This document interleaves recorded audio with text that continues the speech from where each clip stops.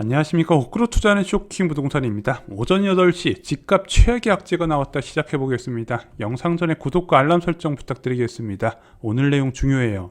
자, 오늘 11월 소비자 물가 상승률이 발표가 됐습니다. 3.7%가 나왔어요. 저도 이 수치 보고 깜짝 놀랐습니다.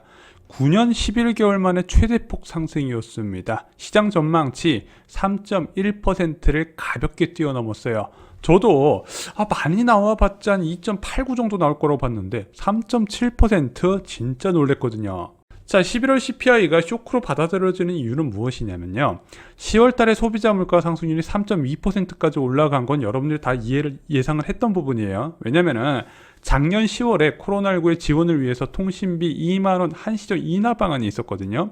자, 그런데 올해 11월 달에는 그 인하 효과가 없어지다 보니까 서비스 요금이 올라간 것처럼 통계가 보였고요. 또 하나, 작년 10월 달은요, 워낙 저물가 상황 0.1% 상승률이었기 때문에 그거에 대한 기저효과 때문에 높게 나올 수밖에 없었다. 그래서 이런 요인들 빼면은 한 2.6% 상승 수준이기 때문에, 그러면은 자, 이번 물가 상승률 어느 정도 나올까? 많이 나와봤자 2.89 예상할 수 있었다는 거죠. 왜?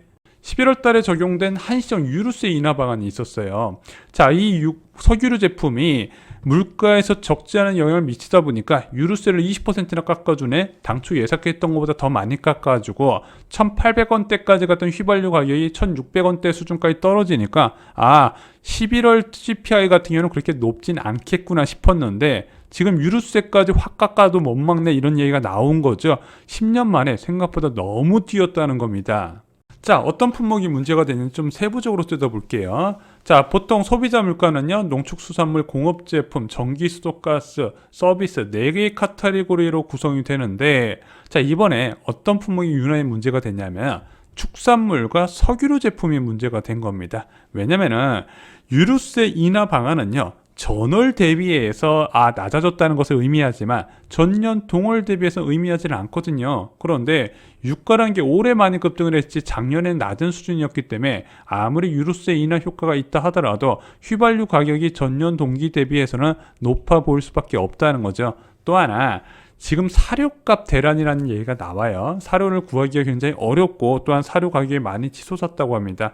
그러다 보니까 축산 농가가 직격탄을 맞았고 그것이 이제 소고기 가격이나 돼지고기 가격에 빠르게 반영이 되고 있는 거예요. 그래서 이 두 개 품목이 주도적으로 물가 상승을 이끌었습니다. 자, 그런데 이런 굵직굵직한 요소 말고도요, 또 특히 우려스러운 부분이 있었습니다. 무엇일까요?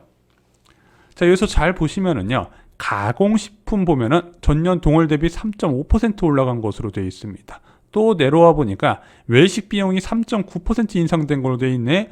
가공식품과 외식비 인상 비용이 눈에 딱 띄시죠. 자, 쇼킹 부동산이 작년부터 강조드렸던 것이 있습니다. 일시적 인플레이션이 없는 이유에 대해서 여러 차례 말씀을 드렸죠. 작년 말부터 식량 원자재를 비롯한 국제 원자재 가격이 껑충 뛰어 올라갔습니다. 거의 2배 가까이 올랐죠. 자, 그런데 원자재 가격 올라가면 시간이 지나면 이 원자재 가격이 떨어지면 끝이다? 아니라는 거예요. 왜냐면은 이 원자재를 기반으로 생산하는 공산품, 그리고 이 공산품을 사용하는 서비스 요금 인상으로 이어진다는 거죠. 그래서 원자재 가격 급등이 시차를 두고 공산품과 서비스 요금에 반영되는 흐름이 있고요. 또 하나, 이런 원자재 가격은 솔직히 수요와 공급에 의해서 가격이 빠르게 변하겠지만 이런 식으로 한번 인상 행렬이 이어지게 되면 원자재 가격 하락한다 하더라도 공산품이나 서비스 요금 하락으로 이어지지 않는다는 거죠. 자, 물론 이런 상황은 어느 정도 예견이 돼 있었어요. 한국 생산자 물가 지수 8.9% 올랐죠. 중국 생산자 물가 지수 무려 13.5% 뛰었죠. 수입 물가 지수는 35.8% 뛰었습니다. 자, 이런 상황들이 맞물리면서 현재 CPI 3.7%에 반영이 된 건데 생각보다 너무 크게 올라갔다는 거죠. 지금 물가를 볼 때 저희가 유가와 원화를 보라고 말씀드렸는데 유가 급등과 원화 약세가 동반이 되고 있다는 겁니다. 문제는 지금도 심각한 수준인데 앞으로가 더 문제라는 거예요. 자, 아시다시피 10월부터 정부가 물가와의 전쟁을 선포했어요. 왜냐면은 7월, 8월 때까지만 해도 이거 원자재 급등에 따른 일시적 현상이다 이렇게 주장을 했다가 이게 물가 급등세가 심상치 않으니까 본격적으로 전쟁을 선언을 한 거죠. 왜냐면은 이렇게 물가 급등세가 장기화되잖아요. 이게 지지율 추락이랑 이어져요. 인플레이션 앞에서 성공한 정부가 없다 여러 차례 말씀을 드렸죠. 그래서 적극적으로 물가에 대응을 할 수 있는데 정부가 물가 잡는 방법 뭐 있겠습니까? 공공서비스 요금 동결하는 거죠. 그래서 지금 관리 물가 품목이 많은 대한민국에서 물가 상승률이 다른 국가 대비 좀 덜 높게 나타나는 이유도 관리 물가 품목이 다른 국가에 비해서 높고 또 정부가 이것을 강력하게 억제시키고 있다는 거죠. 그래서 현재 유일한 물가 하방 요인은요, 전기, 수도, 가스, 그리고 공공 서비스입니다. 전기, 수도, 가스는요, 전년 동월 대비 1.1% 상승한 걸로 돼 있고, 공공 서비스는 0.6% 상승한 걸로 돼 있어요. 만약에 얘네 둘이가 치솟잖아요, 소비자 물가 상승률 4% 수준까지 치솟게 됩니다. 하지만 지금 이들 공공 서비스 요금의 인상 압력이 너무 강해요. 특히 전기세, 지금 한전에서 3분기 9,367억 원 손실이 났죠. 거의 1조 원 손실이 났습니다.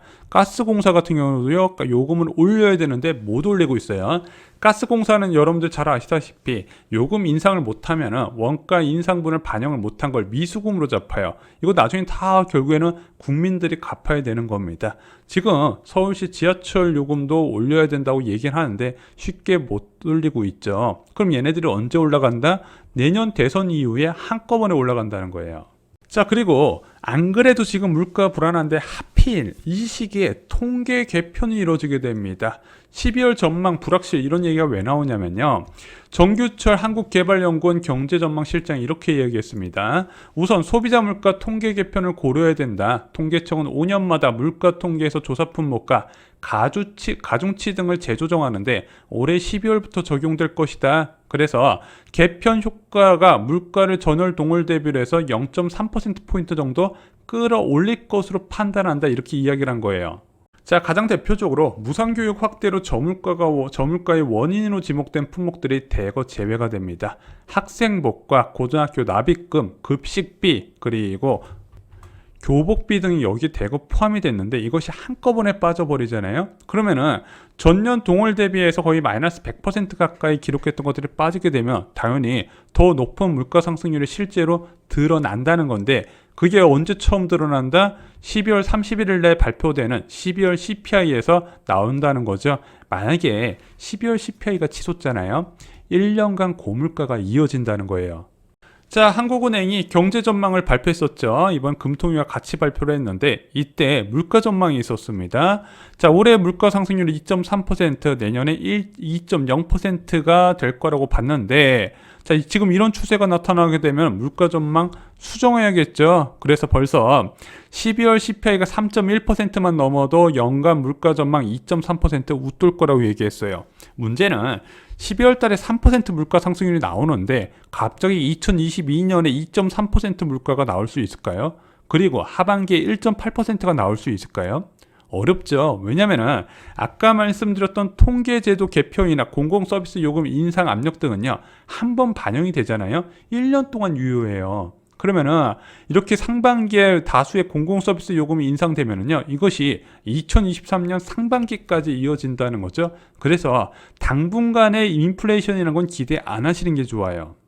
자, 이제 부동산 시장 참여자한테 중요한 것을 좀 살펴보겠습니다. 기준금리 2차례 올렸죠. 그리고 나서 매수세가 뚝 떨어졌습니다. 왜냐면은 앞으로 금리가 많이 올라갈 걸 대비해서 채권시장이 이것을 반영했고 그에 따라서 대출금리가 크게 올라갔다는 부분이죠. 하지만 아직 예금금리는 만족할 수준이 안 되기 때문에 시장에 공급은 별로 없고 거래 급감만 나타난 상황입니다. 그러면은 앞으로 빨리 금리가 올라와서 실질 금리가 어느 정도 마이너스 부분이 회복되고 매도 물량이 예금으로 옮겨갈 수 있도록 길을 열어야 돼요. 그럼 앞으로 기준금리가 어떻게 될지 중요하는데 지금 이번 CPI 발표로요, 1월 14일 기준금리 인상은 거의 기정사실이라고 보시면 됩니다.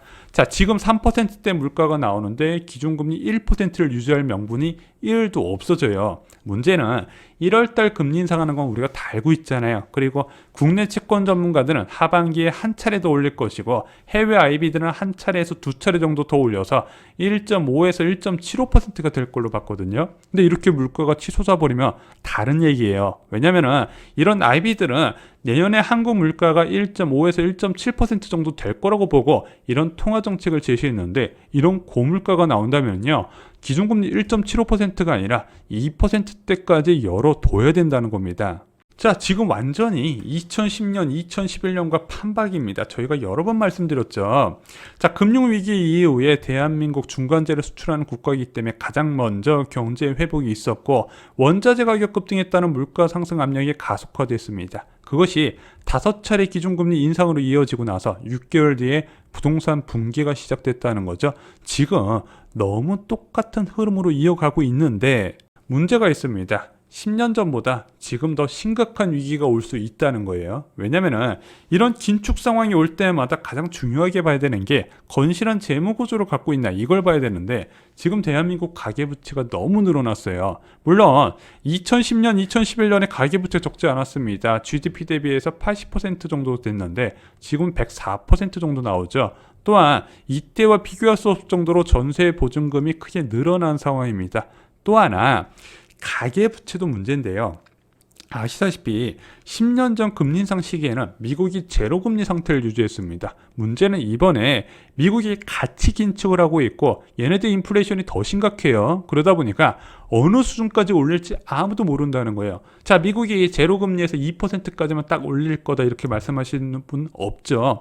3%, 3.5% 이렇게까지도 열어놔야 된다는 거예요. 왜? 물가 잡을 때까지 올린다는 거죠. 그래서 지금 미국의 6월 금리 인상 전망이 계속해서 빨라지고 있는데 저는 한 번 방향을 적으면요 그냥 분기마다 한 번씩 올린 게 아니라 회의 때마다 올릴 가능성도 염두를 해두셔야 되고요. 대한민국 기준금리는요 2%에서 2.5%까지 열어놔야 된다 경고를 드립니다.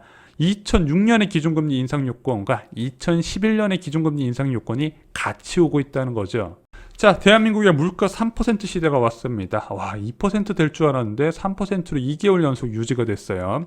자, 부동산 버블은 이 물가와 밀접하게 연관이 되어 있습니다. 자, 부동산 버블 때문에 고생했던 국가들 대부분 저물가로 시작해서 고물가로 끝이 났다는 거죠. 저물가의 기준금리 인하 그리고 고물가의 정상금리로 빠르게 돌아가면서 유동성이 옮겨갔고 그에 따라서 부동산 가격이 폭락을 했다는 겁니다. 지금 여러분들 못 느끼실 거예요. 부동산 시장이요. 앞으로 금리 인상 가능성을 대비해서 미리 반영하지 않습니다. 실제 그렇게 지속적으로 올리고 나서도 어느 시차를 두고 반영한다고 말씀드렸어요. 그래서 어느 순간 보시면요. 부동산이 굉장히 달라져 있는 것을 보이시게 될 겁니다. 지금 당장은 아니지만요. 그것이 점점 빨라질 가능성이 커지고 있어요. 자, 이제 대변화가 시작됐습니다. 무엇을 알고 있어야 될까요? 자, 아무것도 모르는 상태에서 대변화를 맞이하는 것보다 과거의 사례를 통해서 어느 정도 예측 가능한 범위 내에서 움직이는 걸 아시면요. 오히려 이런 변화를 기회로 잡을 수 있습니다. 또한 부동산 세금 정보는 기본적으로 알고 계셔야 되고요. 금리 변수 말고도 공급 변수도 굉장히 많이 있습니다. 아직까지 시간이 좀 남았지만 어느 순간부터 이 과공급의 시기가 대한민국 부동산 시장을 크게 흔들 가능성이 있습니다. 이 세 가지는 여러분들이 쇼킹 부동산원 아파트 교과서로 공부를 하셨으면 좋겠습니다. 이상으로 영상 마치겠습니다. 좋아요, 구독, 공유 꼭 부탁드립니다. 감사합니다.